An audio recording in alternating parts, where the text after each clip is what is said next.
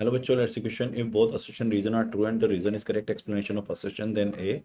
If both are true, but reason is not correct explanation of assertion, then B. If assertion is true but the reason is false, then C. If both assertion reason are false, then D. Wave nature can be proved by phenomena of interference and diffraction. Only the transverse wave can show the phenomena of polarization. तो बच्चों अगर अपन देखें यहाँ पर तो basic की concept क्या हो गया, तो की कॉन्सेप्ट हो गया हम लोगों का की कॉन्सेप्ट। तो की कॉन्सेप्ट क्या होगा यहाँ पर अगर अपन की कॉन्सेप्ट देखें तो that is the wave nature of light, wave nature of light and polarization and polarization and polarization. ठीक है, ये की कॉन्सेप्ट हो गया। तो असर्शन बोल रहा है wave nature can be prove by phenomena of interference and diffraction. बिल्कुल सही बात है, क्योंकि only interference and diffraction can be explained by using what, that is your wave nature. So only by wave nature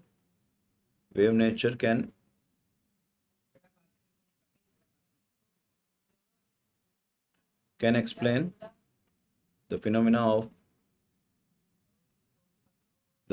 of interference and diffraction, interference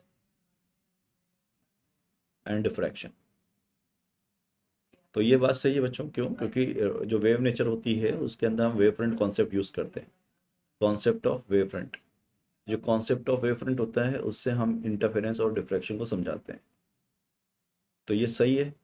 और reason, अगर reason देखें तो only the transverse wave can show the phenomena of, बिल्कुल सही बात है। Transverse wave कौन सी होती है?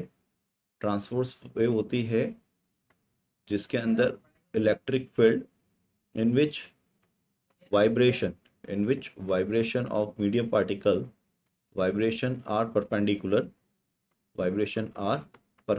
to the propagation of wave, यही जो होती है प्रोपोगेशन ऑफ वेव। तो उसकी वजह से ही हम उन पार्टिकल्स को अलग करते हैं जो कि है ना परपेंडिकुलर डायरेक्शन में होते हैं, but not in direction of the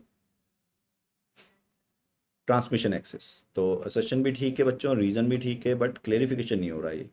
तो बी ऑप्शन हमारा करेक्ट हो जाएगा। So second option is correct. I hope you understood it. Best of luck.